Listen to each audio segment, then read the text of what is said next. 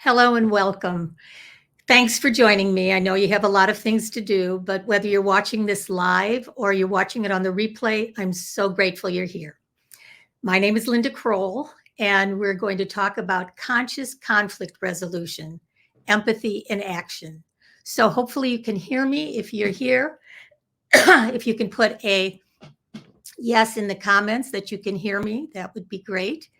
So I will keep talking and look forward to sharing all I can with you. I'm going to stay on for about 30 minutes, and then after that, I'll stay on after that to answer any of your questions. So if you can hear me, please put a yes in the chat so I know you're here and can hear me. And here we go. So we're here to talk about conscious conflict resolution. And as a therapist, mediator, and attorney, I believe that families need not be broken, but can be peacefully and respectfully restructured. And I'm going to show you how to do that. So whether you're here today because you're having issues in your own relationship, or you're here because you're a therapist or coach who's working with people, individuals or couples, I want to give you the benefit of my 35 years of experience as an internal family systems therapist, mediator, attorney. I'm also a Chopra Certified Teacher of Meditation, Yoga, and Ayurveda. And I bring emotional and spiritual healing along with legal and financial support. But today we're going to talk about how to resolve conflict in a way that doesn't break a family, but can restructure it. So let's take a breath for just a minute and just ask yourself, are you here because you're wondering if you should stay or go?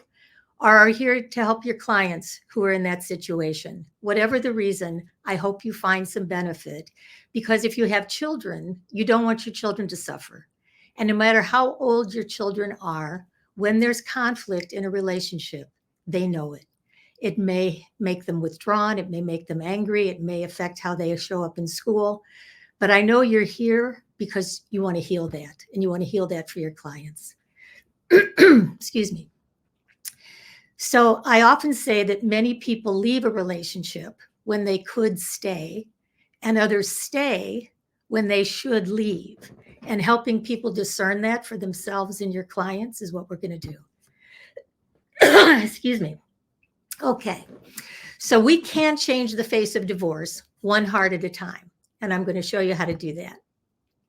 Because what we do, if we're therapists, is when an individual or couple comes to our office, they're often on the ledge of crisis. In other words, something's going on in their relationship that's making them feel very threatened. And they think they have to decide right now, do I want to stay? Do I want to go? What do I want to do? So we talk them off the ledge. We give them a chance to become more calm, more compassionate, and make clear decisions for their future. And we do that by helping them take a breath. I do that with all my clients, and I'll do that now too. So just take a breath, bring yourself here, and let's talk about what we'll cover. So what we're going to cover is what is conscious conflict resolution and also compassionate mediation. What are the 5 steps to resolve conflict? How do you create an opportunity for healing, even when separation and divorce is an option? And how can you transform a desire to leave into an opportunity for transformation and healing? So let's talk about what it means to be conscious.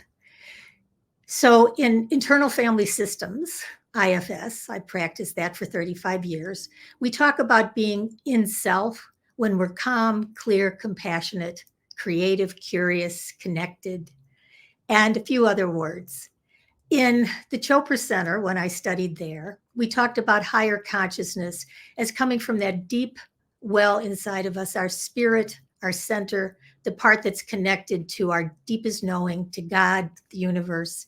And as Rumi said, we're not just the drop in the ocean, we're the ocean in the drop. So whether we're bringing our higher self to our clients, or we're bringing our higher self, our conscious, aware, compassionate witnessing to our relationship, that's what conscious means. And conflict could be about anything. It can be about money, it can be about sex, parenting, the balance of responsibilities. Somebody could be having an affair. We're going to talk more about that today. Conflict can also be when there's some kind of abuse. And I always tell my clients, if there's physical abuse, get out. If there's emotional abuse where people get reactive, let's talk about how to heal that. If there's mental illness, I guide them to the right provider, psychiatrist for medication. I often educate my clients about ADD, attention deficit disorder, because they don't recognize that if one of their clients has ADD, it creates a lot of havoc in the relationship. Their partner becomes the chief executive functioner, and if they don't know about ADD, they become very resentful. And then they start talking in a tone that makes the person with ADD feel devalued and not seen and appreciated. And sometimes just informing your clients or learning about it for yourself can give you a different perspective. And sometimes I mentioned HSP, a highly sensitive person. And the reason I do that is because people don't realize that we have different temperaments. Elaine Aron came up with the term hsperson.com, and we need to be more alone. We need to have less social interactions. We need a little more private time. And if you have a partner that doesn't understand that, or you don't understand it, that can lead to conflict. So just getting versed on some of these issues can help resolve conflict. And what is resolution? Excuse me. So sorry. Resolution is working together for the highest good for all concerned, no matter what form the relationship takes in the future. And what that means is sometimes having the courage to look at an ending can lead to a whole new beginning. So think about that for a minute. When we do typical marriage counseling, we don't talk about an ending. We talk about how to save the relationship, how to heal the relationship. But when we make space for the parts of yourself or your clients that want to think about ending the relationship, you have to make it safe for them to do that, because then all parts are welcome and all parts can be represented in the dialogue. So don't be afraid to tell your partner that you're thinking of leaving, because sometimes when you actually say that, that's the first time you get their attention. So we'll talk more about that, but have the courage to look at what an ending would look like, but to do it with empathy. Excuse me, let me take a drink here and hopefully stop the coughing. Excuse me. So sorry. So let's talk about the 5 steps for resolving conflict. The first thing to do, whether you're working on your own relationship or helping your clients, is bring in your higher self energy. I'm going to talk more about that. And when you bring your higher self in, you can actually add more calm, compassionate, confident, clear, courageous conversations that need to be had. Then you create a compassionate relationship. And that means you talk about everything, but you do it with empathy. And you recognize that even though you may be showing your partner some angry, withholding, judgmental parts, underneath they are in pain too. So you talk about the pain, the sadness, the hurt, and listen to each other so that you can create something new together. Then to resolve conflict, make sure you know all your options to stay, your options to leave, your options to have a date night, your options to go for counseling. There's a lot of options that don't have to keep you stuck in conflict. And sometimes you have to learn more about your rights and finances. And if you're a therapist or coach, you have to give that information to your clients. And there's a way to do that with compassionate mediation, because you talk about everything. And then once you do that, you or your clients create a new and better relationship, again, no matter what form it takes in the future. Because what we start with is compassionate communication. So that means, how do you bring your best self to your relationship? So if you're having marriage conflict right now, just ask yourself, am I being my best self? Am I being compassionate and courageously stating what I feel? Am I being empathetic? Am I bringing my best self? Because usually when you have conflict, you've put your walls up, you've had filters around your heart through which you've judged other people and your partner, and you don't want to put them down because you don't want to be vulnerable. So you listen to the same limiting beliefs you've been telling yourself. He never does this. She always does that. And you need to change your filters and start over and look with the beginner's mind to create something new with your partner. And part of that has to do with unburdening pain from the past, maybe pain from your childhood, but certainly pain from the relationship. And learning how to speak with empathy and talk about your feelings will help you do that. So when you become your best self, let go of your limiting beliefs, unburden pain from the past, and relate from your heart, miracles happen and relationships change. Because it's not what you're doing so much as how you're being. Meaning, are you being your best self? And when you're in self, you can make calm and clear and compassionate decisions. You can be confident in asking for what you want to need. You can be connected with counseling or divorce without zoning out. You can be courageous as you talk about all possibilities. And you can co-create compromises as you're curious instead of judgmental about options and resolutions, which makes you open to a brand new future. So here's how I describe self when my clients are in my office. I used to have this on an easel. So when you are in self, this is internal family systems, you are calm, clear, compassionate, courageous, confident, curious, creative, connected, and grateful. But we're not in self. We're in parts. And I'm going to call those parts exiles, managers, and extreme parts. So the exiles are the parts we learned in childhood weren't going to get our needs met. So if our partner is doing something to hurt us, we push aside sometimes our hurt, our sadness, our fear, our vulnerability. Some of us push aside our anger too. But this is what about me? Who's going to love and care for me the way I need? And instead, we learn how to manage. Some people manage by being nice and pleasing and caretaking. Some people manage with anger or are sarcastic or intellectual. But this is your pseudo self, where you look like you're in self, but you're really feeling those hurt, sad, scared feelings underneath. And then when you can't manage those exiles, people get extreme in some way. They get addicted. They go have an affair. They get depressed. They use drugs. They eat too much. They have a panic attack. They get enraged. Sometimes they go find a lawyer and sue for divorce from this perspective. But these are ways to numb, and they're not ways to really be present in a way that allows for a new dialogue. Because when you have a new dialogue from your higher self, you can break free from new patterns. And that's what we're going to talk about. So in compassionate mediation, which I'll talk a little bit more about later, it helps individuals and couples to address their emotional, spiritual, financial, and legal issues so they can decide whether they want to restructure their current relationship or separate under the best possible conditions for all concerned. So here's often what happens. I don't know about you, but many times with my clients, they're happy enough in their marriage. Their needs aren't being met. They don't know how to ask for it. And so they go have an emotional affair to feel connected to someone. Sometimes there might be unresolved problems in a relationship with no ability to communicate. And then they go have an affair to avoid or numb, or again, take their mind off their problems. Sometimes in some of my clients, they're living parallel lives until one partner finds someone who seems to care. And then that's when the affair happens. But oftentimes you have a clue that your partner might be having an affair, but you don't address it. So you don't discuss your fear, your sadness, your hurt, your anger, and you just fester. That's not healthy.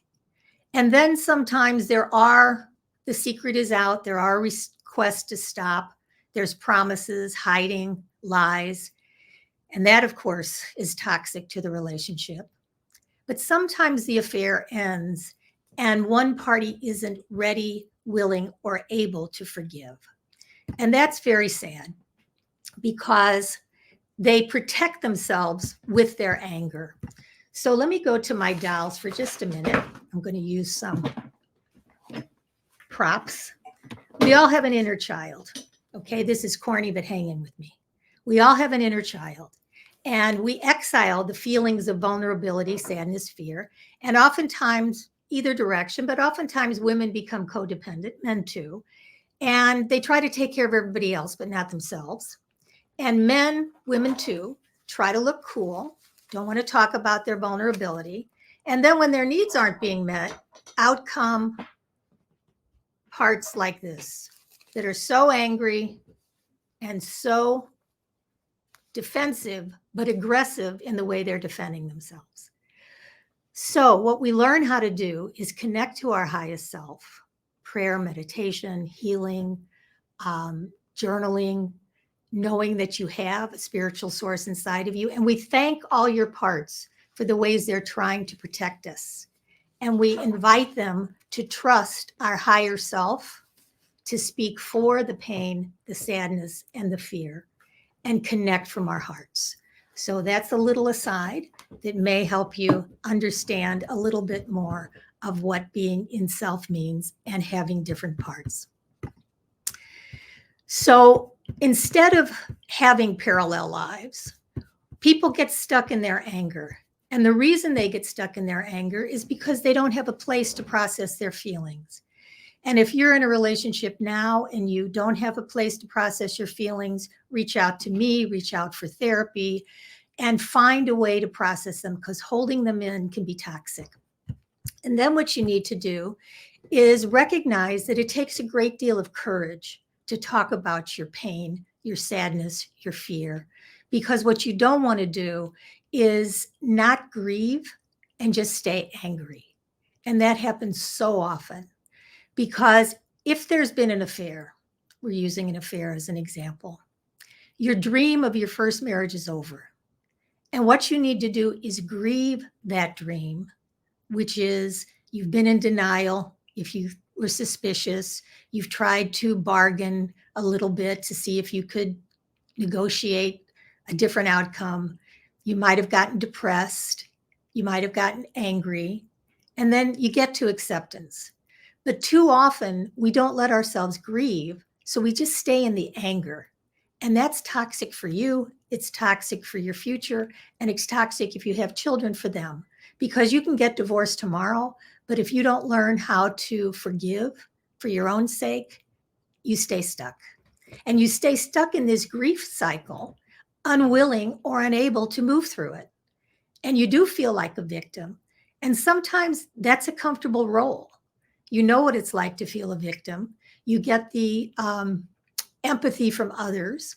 And instead, you can become the empowered hero of your life. And another thing that keeps people stuck and unable to heal is they're not willing to look at their own contribution to the demise of the relationship before there was an affair.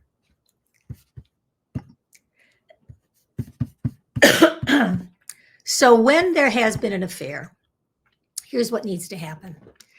The person that has the affair needs to end it, not put it on hold, not suspend it, not stay in kind of lesser contact. You need to end the affair. And if the person that you're having an affair with won't wait for you, it's better to know that now before you sacrifice your whole life. So you have to end the affair. You have to be willing to be transparent moving forward, meaning if your spouse wants to see your phone or your emails, that's just how it's going to be for a little bit. And you have to be willing to kind of be in the doghouse while your partner heals and begins to trust again. And your partner has to own their own contribution to the issues in the relationship before the affair. They have to be willing to forgive and do their own work to heal. And if you do that, you can start to heal from an affair.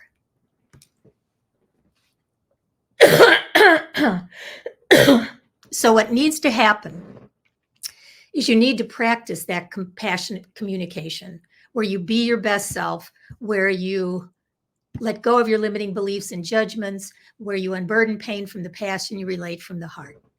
You have to process your feelings. You have to find someone, a group, a therapist, a program where you can get through the pain that you're feeling and the outrage and the betrayal and the guilt and the sorrow.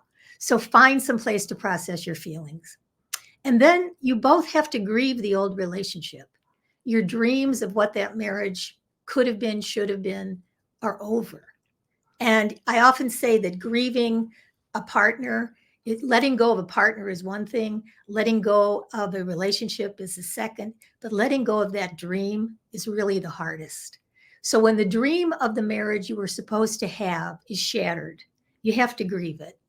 And then you can create something new, no matter what form it takes in the future. So be open to that because it is possible.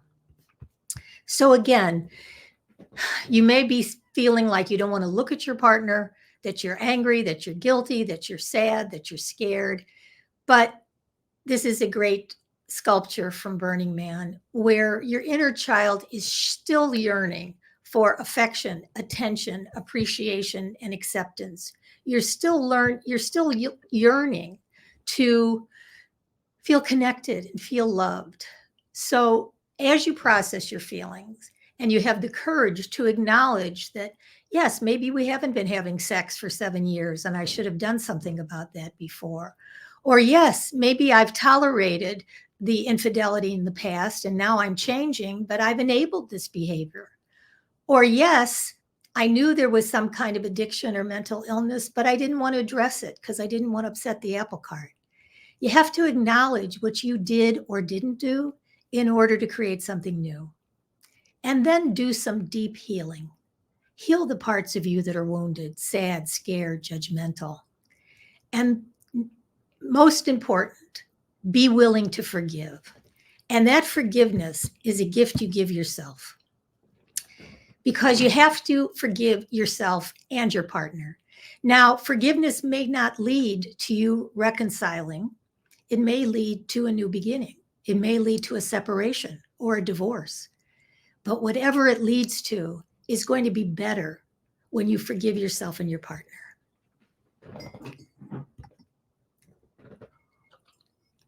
You also need to set boundaries. And what does that mean? Well, it could mean a lot of things to different people. While you're healing, I'm so sorry about this. That might do it. While you're healing, you may want to go to separate corners in your house and set some boundaries around how much you'll interact.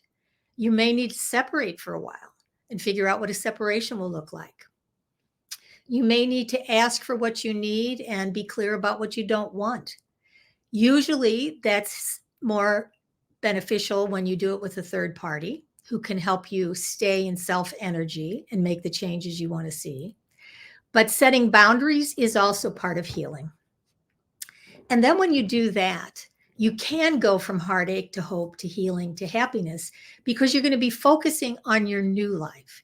You're not going to focus on what your partner did. You're not going to stay in the pain and suffering, but you're going to balance. I often say balance the grieving and the healing. So definitely grieve what you've lost, but then create a possibility for a new future. And the more in self you are, the more you come from your calm, compassionate, clear, witnessing presence, your partner can turn around and see that you're still there. You're not walled. You're not going to stay angry forever. You're not going to keep looking at your partner through the filter of judgment or blame. And as you focus on being your best self, your partner can look back and see what he or she might be missing and recommit to a new relationship. And that is helpful for everyone. And we're going to talk about the miracle of empathy. Okay, this is conscious conflict resolution, empathy in action. And what I mean is namaste. The self in me sees and appreciates the self in you. And when I do meet with a client for the first time, I find out what does their partner do that bothers them? And then how do they react? And what do they do that bothers their partner? And how does their partner react? And I'm listening for what parts are involved in their relationship. Judgment, withholding, anger, blame, guilt. What's going on? And then I ask them if they have a spiritual world, a word that they relate to. So it could be the universe, higher power, God, what's ever out there. When they bring their higher self into this situation and relate with compassion to the higher self in their partner, that's when healing and transformation happens. So the miracle of empathy does become a new way to communicate. You relate from your highest self and you have compassion and understanding. That doesn't mean you condone an affair. Okay, it's not that you have to throw yourself on the sword and feel guilty for the rest of your life, or condone the fact that your partner had an affair. There are consequences for that, and you need to talk about that. But when you talk about your feelings, his and her feelings, both of your feelings before and after, you find a new way to relate. And my Miracle of Empathy sheet that I'm going to tell you how to get has one party request a conversation and the other party learn how to listen and understand from self. So when you do that, let's say your partner has had an affair and your immediate reaction is, I want to leave. I'm going to stay angry forever and I want to leave. Taking the time to heal will set you free, because even if you left today, but you didn't heal the parts of you that are wounded, you're forever going to be in a relationship with that person whenever you think about him or her, whenever you're together at events, and finding a way to be empathetic and forgiving each other, saying you're sorry for the ways you've wounded each other, will set you free. So I'm going to show you how to get this Miracle of Empathy handout so that you can use it in your relationships. And if you're working with clients, you can use it with them. I wrote the book Compassionate Mediation 8 years ago.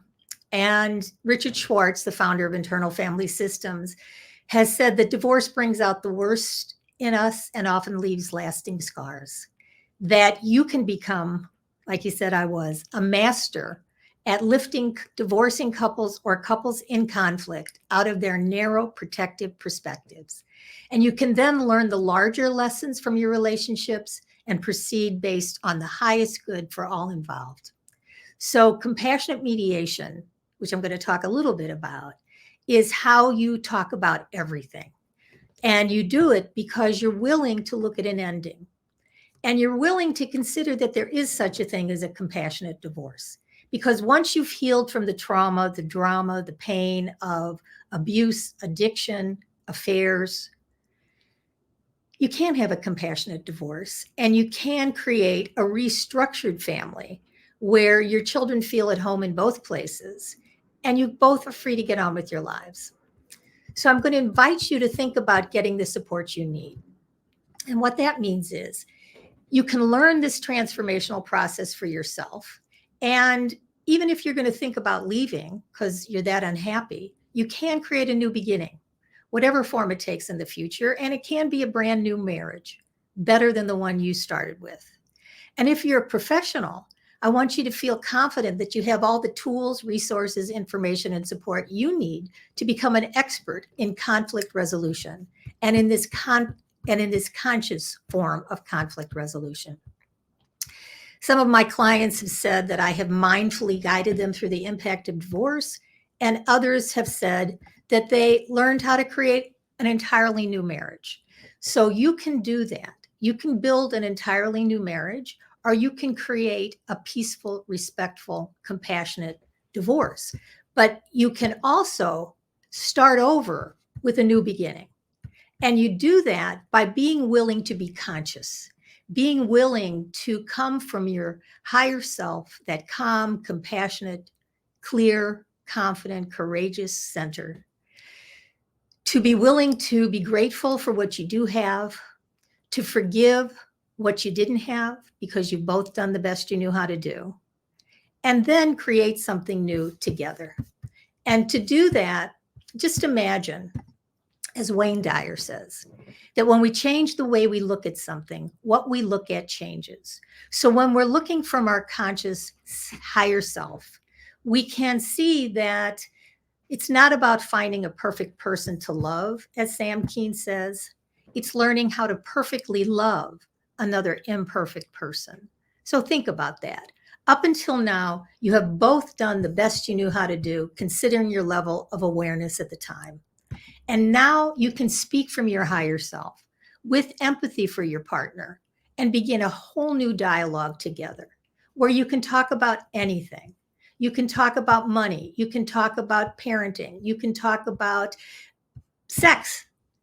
Because a lot of times when you're angry, the sex goes out the window because your walls are up, your filters are on, and you don't know how to relate anymore.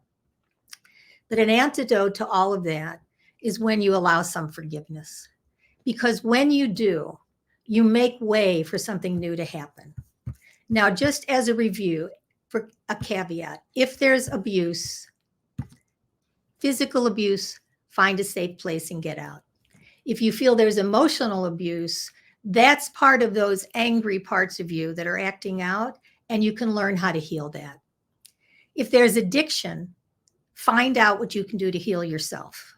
You're not going to change anyone else, but you can go to alanon.org, find a meeting, and learn to see how you can set some boundaries and make some changes for yourself while you decide what you want to do moving forward. You're powerless over changing your partner. There is a higher power. You turn your will over to that higher power. And if it's not God, it can be other people at the meeting, online or in person. And take your own inventory, meaning how are you being judgmental, reactive, hypervigilant, holier than thou? So get support for yourself if there's addiction. And if there's an affair, like we talked about, you can heal from that too. The affair has to stop. The one who's having it has to be willing to be transparent and willing to wait until their partner becomes trusting again. Eventually, your partner who has felt betrayed has to be able to forgive and trust again. And look at what led up to the affair. Because when you talk about all of this, it takes a lot of courage, a lot of compassion. But wherever your heart is broken, it can be stronger in the broken places. So just remember, this may be the sign that you've been looking for. This might be your opportunity to get the support you need. So you can find a therapist in your area. If you are a therapist or a coach and you'd like my free video and roadmap on the compassionate mediation process, you can go to lindakroll.com roadmap and help your clients get from heartache to hope to healing to happiness, no matter if it's an affair, addiction, communication difficulties. You'll learn my process and I can help you help them. You get my roadmap, which talks about how to be your best self and how to create a new relationship, explore options, understand finances, and plan for the future. And how you do that is learn more, if you'd like, about my compassionate mediation program that I'm going to be offering live and my compassionate mediation. The compassionate mediation program is for individuals and couples, and the certification is for professionals who would like to learn the process. And if you're a therapist or coach, I give continuing education credits in these programs. So let's take a deep breath. Thank you for hanging in here with me. If you have any questions, you're going to put them in the chat or you're going to get back to me. But what I want to remind you is that when you relate with empathy, first for yourself and then for your partner, miracles happen. And if you go to lindakroll.com/empathy, you're going to get a link to download my Miracle of Empathy handout that looks like this, and a video explaining how to use it. So whether it's for you or for your clients, you can learn how people can use I messages instead of you messages, how they speak for their pain, their sadness, their fear, not their judgment, how they learn to say, I'm sorry, and listen and understand and reflect back that understanding. That comes with empathy. And that's how people heal. And you have to heal your relationship no matter what you're going to do in the future. And if you'd like my relationship assessment to see how your relationship is doing right now, you can go to lindakroll.com/RA, and that will send you to a relationship assessment where you can ask yourself, how much in self am I being? How am I showing up? What can I do different? What do I want and need moving forward? And begin to make those changes.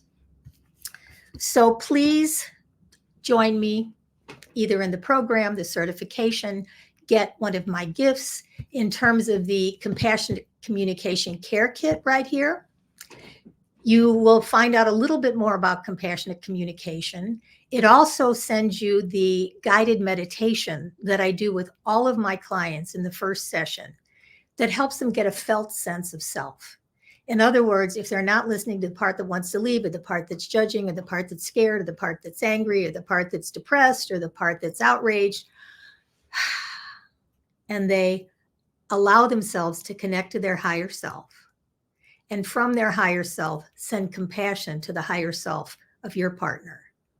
That's where healing happens. And that's in the care kit. You get that guided meditation. So however you choose to get in touch with me, I hope you do. You can certainly contact me privately in any way you'd like. And if you go to lindakroll.com contact, you can actually send me a message or access me any other way you'd like. Thank you so much for staying on with me. If you have any questions that you didn't put in the chat, then please leave them in the comments below this live video, which will stay on this platform, and reach out to me anytime. It really is my passion to help relationships heal. And when you heal your heart, you're free to share your heart with others. And what I want you to do is remember the light in you is available for you to share. Start with yourself first. Have compassion for everything that you're feeling. Have compassion for everything that you've lived through. And then when you become, as my dear friend and mentor Sark used to say, a full cup of love, sharing her overflow with the world, then you can share compassion with your partner. And from that self-led perspective, you will create a new and better relationship, no matter what form it takes in the future. And I'm here to help you in any way I can. So thanks again for staying with me. I'm sorry about the coughing, and I look forward to seeing you soon. Take good care. Bye for now. Thank you both. Thank you all. Bye-bye.